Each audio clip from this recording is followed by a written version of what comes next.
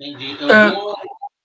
Eu acho que vocês já fizeram umas 3 perguntas. Está na hora de eu fazer uma pergunta. Ah, é? Depois ele... Mas depois ele pode responder no tempo dele, fica tranquilo, filho. Anota aí. Sem problema nenhum. Eu quero fazer uma pergunta para os dois. Os dois podem responder. Mesma pergunta. Não vai ter réplica, não vou replicar vocês. Mas a mesma pergunta para os dois. Vou começar, então, com o irmão Neto. Irmão Neto, vamos lá.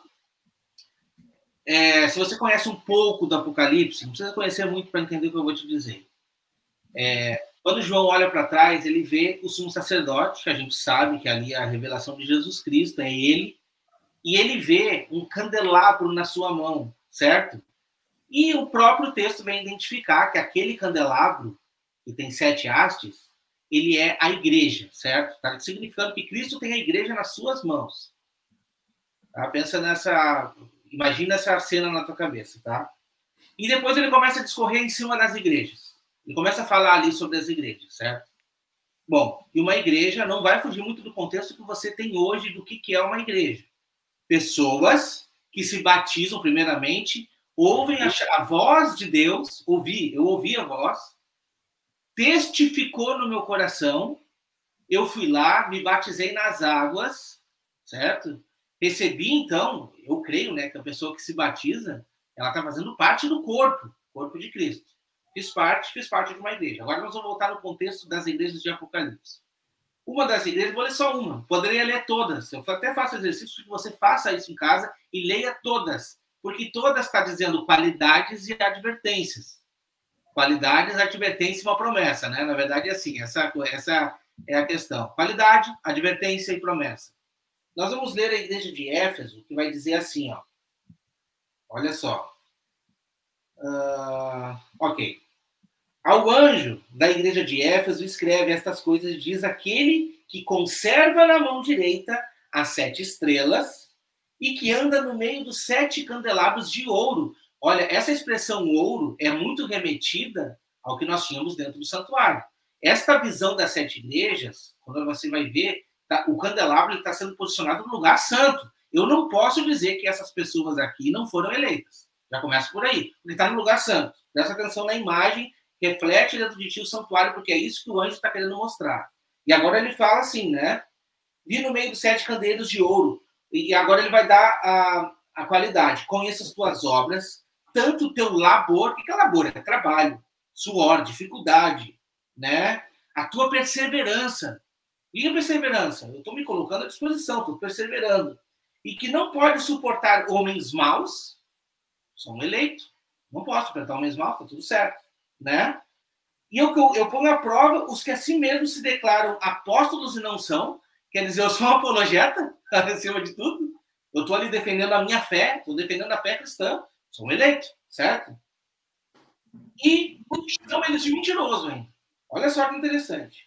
E tens perseverança e suportaste as provas da causa do meu nome. Eleito, estou suportando tudo pelo nome de Cristo. E não te deixaste esmorecer. Agora tem a advertência. Tenho, porém, contra ti que abandonaste o teu primeiro amor. Não está perdido ainda, certo? Ele só abandonou. Olha só. Lembra-te, pois, de onde caíste e te arrepende. Eu não posso cair se eu não estou no alto. Não posso cair num cavalo se eu não estou montado no cavalo. Lembra de onde caíste, né? E te arrepende. E volta à prática das primeiras obras. Se não, eu venho a ti e moverei o seu lugar, o candeeiro, no caso, o seu lugar do candeeiro, no caso de tu não te arrepender. Jesus mentiu? Não, ele está dizendo que isso é possível. Se eu não me arrepender, ele vai me remover deste candeeiro. Em nenhum momento ele não está dizendo que eu não sou eleito, mas, neste ponto, ele está dizendo, se eu não me arrepender, se eu não voltar às primeiras práticas, que é aquelas que me introduziram, ele vai me tirar dessa posição. Então, analisando isso, e você pode comparar com os outros textos que fazem referências muito parecidas ali, né? Analisando tudo isso, aqui diz ainda, né, caso não te arrependas. Eu analisando tudo isso, como que eu posso entender de que eu não posso depois de toda essa conduta, me perder? Se o próprio anjo está revelando que eu preciso me manter nessas obras para que eu não possa me perder dessa posição. O que você enxerga sobre isso? Esse camarada que vai se perder aqui, ele é eleito. Ok. Eu posso até comentar alguma coisa de que o Igor citou com relação à lealdade, que o que não é cobrado aí. Aí é cobrado que a igreja volte às práticas do primeiro amor que ela já tinha abandonado. Isso não declara que ela já era uma igreja apóstata e nem perdida. Sim, e isso também não quer dizer que ela pode cair. Essas advertências que são dadas nessa igreja que você leu, de Éfeso, e nas demais também, que vão ter ali circunstâncias parecidas com essas. E de algumas situações que o Igor também citou. Era como se Deus estivesse trazendo situações para segurar a igreja na sua posição. Isso não quer dizer que isso vai acontecer e nem que ela vai cair. Ele está advertindo para que realmente não aconteça e a sua igreja se mantenha. Não é possível uma igreja que foi eleita, uma igreja que tem Cristo como o seu Senhor e Salvador, uma igreja que já teve as suas primeiras obras, é impossível que ela caia. Só que ela é composta por homens comuns, naturais, sujeito a quedas. Então, Deus ele vai estar sempre trazendo advertência de, olha, cuidado, não vai por aí é perigoso, se você fizer isso, eu vou fazer aquilo. Isso faz com que a igreja se mantenha. Isso não quer dizer que ela vai cair. Porque se ela cair, ela não é uma verdadeira igreja. Se ela capotar, se ela desaparecer, ela não é uma igreja autêntica. Ela é uma igreja que realmente abandonou. Se ela abandonar, ela vai se perder. A questão é que isso não pode acontecer quando ela é uma verdadeira igreja e o Espírito de Deus habita nela. É impossível que isso aconteça. Então, resumindo, as advertências é o modo de Deus mantê-los. Mas então ele quer dizer... Não, mas então ele usa mentira para manter. Não, ele não usa mentira. Não, ele usa mentira, porque ele está dizendo que ele vai fazer. Se a pessoa não manter, ele vai fazer. Então ele está mentindo. Ele está dizendo assim, eu vou dar uma mentirinha para que você se mantenha firme aqui, porque é meu propósito. Não é isso que o Deus está dizendo, irmão. Não é mentira, é uma advertência, não é mentira. Não, deixa eu te dar um exemplo. Na verdade, é uma ameaça, né? É uma ameaça. Uma ameaça, isso aí pode ser, uma ameaça, exatamente. Uma ameaça. Essa palavra um blefe ao mesmo tempo. É um blefe. Essa palavra cabe, ameaça cabe. Vamos lá contar uma mentirinha lá para ver se ele se torna um pouquinho mais fiel, porque tá feia a coisa lá naquela igreja lá. Não, irmão, desculpa. Tudo bem, eu respeito a posição, mas não é o que o texto aponta. Mas ele só não pode dizer que vai arriscar o nome do livro da vida se ele nunca vai fazer isso, né? Ele só não pode falar isso. E ele fala em Apocalipse. E ao que vencer será vestido de veste branca, né? Sim. Para andar comigo. Se não vencer, eu riscarei o seu nome do livro da vida. Ele só não pode fazer uma afirmação dessa, porque aí que tipo de Deus é esse? Que faz esse tipo de ameaça que não existe, que é impossível de acontecer. Mas algumas coisas que ele diz, Diego, é exatamente para não acontecer. Ele não quer que isso aconteça, ele não quer que a igreja caia. Então não era para falar. Não, era para falar, para divertir. Por exemplo, você não fala isso. Eu duvido você falar para um calvinista: olha, cuidado, seja fiel, senão seu nome será arriscado do livro da vida. Você não fala isso. Não fala mesmo, eu dou minha cara a tapa se você falar isso. Você não fala, mas Jesus falou. Eu não falo porque isso não acontece. E Jesus falou por quê? Ele falou para uma igreja específica, Igor. Amém. Amém. Que fosse uma igreja específica. Mas uma situação completamente descontextualizada de trazer para aplicar no meu campo e no seu aqui, porque não vai encontrar. Mas se eu fosse essa igreja e Jesus falasse isso para mim, eu ia acreditar nele e ia dizer, então tem que ser fiel, senão meu nome vai ser riscado. Exatamente. E ele ia te manter fiel, te pondo no caminho. Não, mas não é para falar uma coisa que não vai acontecer. Às vezes, essa é a questão. Às vezes, como pai, você não tem filhos, você já disse isso, mas o Wagner tem. Você diz coisas para o seu filho para que ele não cometa delitos e erros. Não, mas a sua intenção isso aqui é a palavra de Deus, Neto. Você acha que o Espírito Santo não sabia que se ele escrevesse uma coisa que não fosse, de fato, aquilo, né, que fosse acontecer, ele não ia mandar escrever. Tá claro.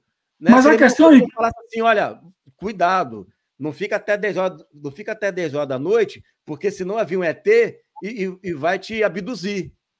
Olha que absurdo! E eu sei que nenhum ET vai te abduzir. Para que eu vou falar isso? Uma heresia, né? Vamos colocar assim, uma heresia dessa. Né? Porque eu estou advertendo com heresia. Não, mas aí é uma heresia. O que Jesus falou, não. Não, mas ele pode mentir ou não? Ele não está mentindo. Ele está dizendo aquilo exatamente para que não vai acontecer. Se firme. Ele está dizendo exatamente para que não aconteça, para que a igreja se mantenha firme. Quando você adverte seu filho, não é para que ele cometa o delito e você haja como você disse. Você diz para ele não cometer. Pronto, mas era só isso que era para falar. Não precisava falar mais que isso. Se ele foi além e falou uma coisa, uma inverdade, que isso nunca vai acontecer, você não acredita que o nome vai ser riscado do livro da vida. Mas Jesus falou que seria. Não faz sentido Jesus falar uma coisa que jamais iria acontecer. Na minha cabeça, isso... É ilógico um negócio desse. É ilógico, Igor, porque você acredita que um eleito pode perder salvação. Claro, porque está escrito, Jesus falou. Pode perder salvação. Jesus falou que seu nome seria arriscado.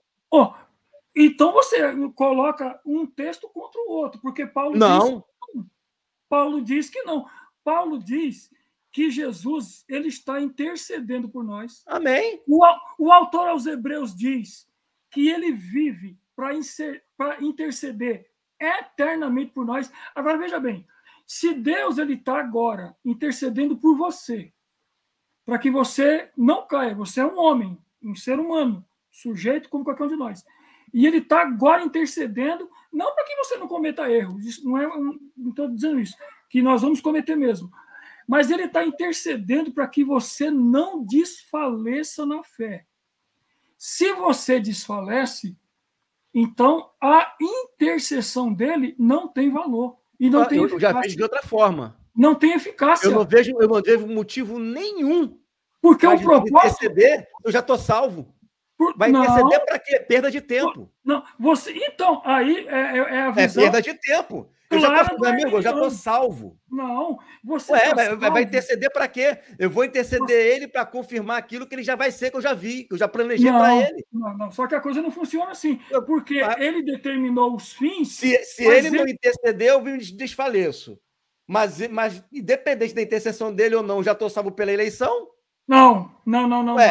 Então o que me salva? É a eleição ou é a intercessão? Peraí. Isso seria, Igor, o fatalismo.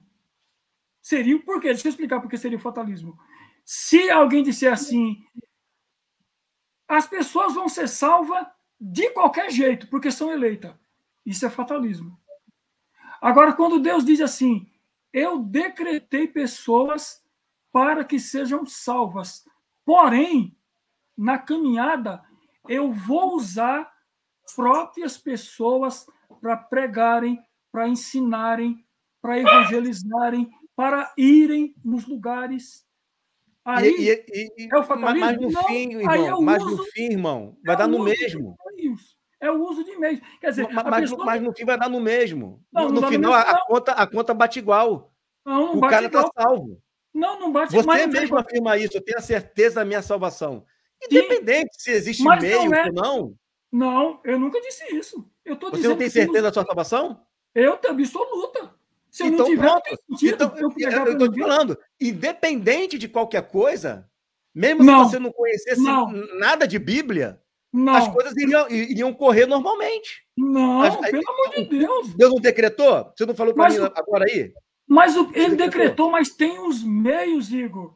1 Coríntios 1:21, Paulo disse que aprove a Deus salvar os que creem pela loucura da pregação. Amém, eu creio nisso. Então não é de qualquer jeito, tem um meio. Mas tudo bem, não é de qualquer jeito assim. Venha ser salvo e pronto, acabou. Jesus teve que vir, teve que morrer, ressuscitar, papapá. A igreja os meios. Eu creio nisso daí. Existe todo um processo. Mas no fim, tudo foi Deus que escreveu de A a Z. E eu não faço nada, eu só fico aqui. Né? Não, você sim, porque se não fosse o Espírito Santo. Mas você acabou de dizer, Igor, que precisa, você concordou comigo, que precisa a evangelização, a pregação, o discipulado, o ensino. Eu concordo, porque eu acredito que Deus ele vai fazer com que o evangelho seja pregado a todas as nações. Eu acredito nisso. Está escrito que vai acontecer. Né? Mas não tem só igreja, tem nações também. Entendeu? Então, agora você fez essa pergunta, mas essa há um tempo atrás. Mas você precisa respondê-la. Como é que pessoas são salvas, esse que você chama de nações, sem a pregação do evangelho? Como é que elas são salvas? Ué, vai ser o prazer da consciência, vai ser julgado Não. A questão da consciência não tem como salvar. Romanos, capítulo 1. Aí, Neto, se não tem como salvar, então Deus decidiu lançar aquela pessoa no lago de fogo e enxofre. Então Deus não é Deus de amor. Ele é um Deus de amor, mas não, um Deus de amor... Não fale isso não, irmão. Ele não pune os pecadores. Ele é Deus de amor para você. Para você, então, mas para outro ele não é. Não, mas ele não é um Deus de amor para todos mesmo? Quem disse que é? Então, se ele não é um Deus de amor para todos, então ele é conivente com o pecado. Não. Claro ele que é. Se ele tem a chance... Ele usar... Olha só, Deus usar de misericórdia com um e de justiça com o outro, não faz ele um Deus mau. Se ele, por exemplo, punisse a nós todos, sem exceção, ele estaria sendo justo.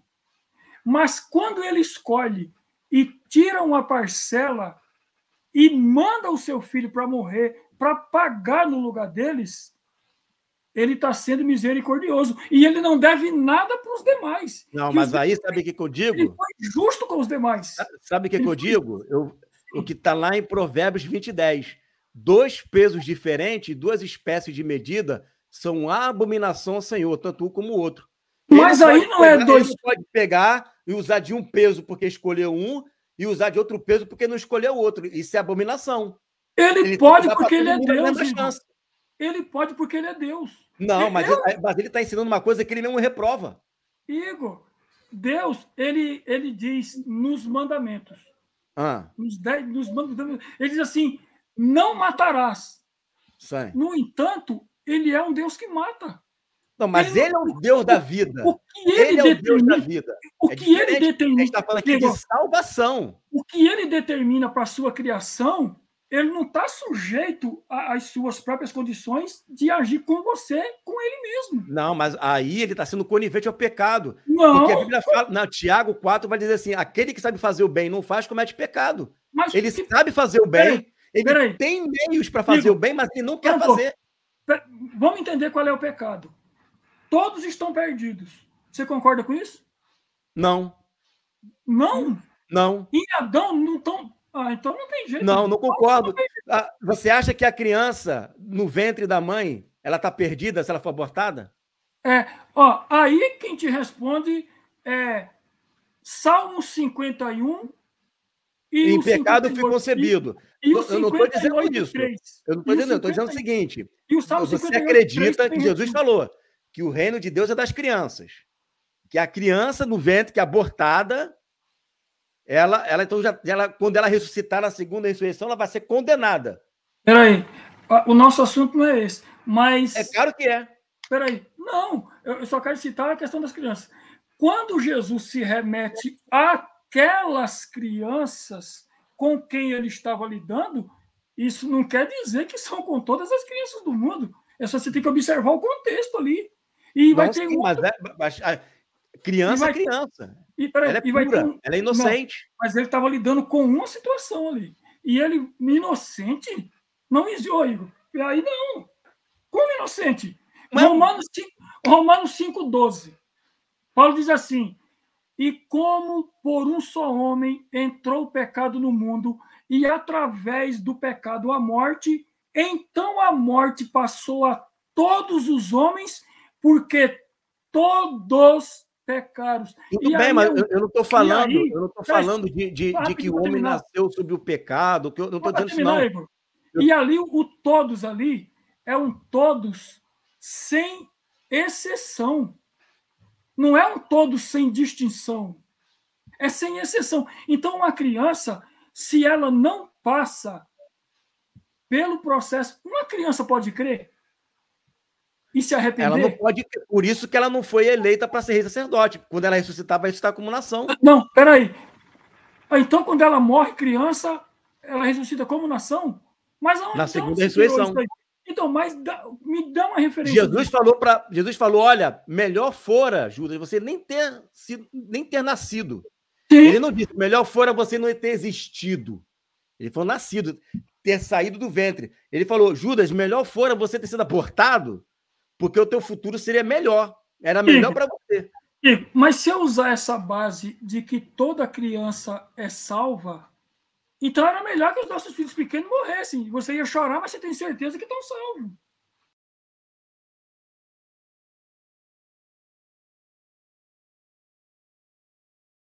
Isso aí não pode ser usado como uma base. Mas claro que pode. Na verdade... Ó, então você me responde o seguinte. Por que os ninivitas que creram só vão ressuscitar na segunda ressurreição? Na segunda ressurreição? É. Você pode ler o texto aí que Jesus fala que vai ressuscitar junto com o pessoal da geração de Jesus lá no grande trono branco, lá no juízo final. Tá, então eu vou te fazer uma contra-pergunta respondendo. Quantas ressurreições terão? 2. Primeiro as que são de Cristo, as que fazem parte do corpo, e depois as nações. Os ímpios não vão ressuscitar para ser condenados? Na segunda ressurreição. Então, nós temos já 3 aí. Não, a segunda ressurreição é para julgamento. Não é para sair condenando só porque ressuscitou lá. Senão qualquer pessoa que morrer no reino milenar já está condenada. Eu estou te perguntando, por que os ninivitas vão ressuscitar na segunda ressurreição? E eles creram. E está escrito, Jesus falou isso.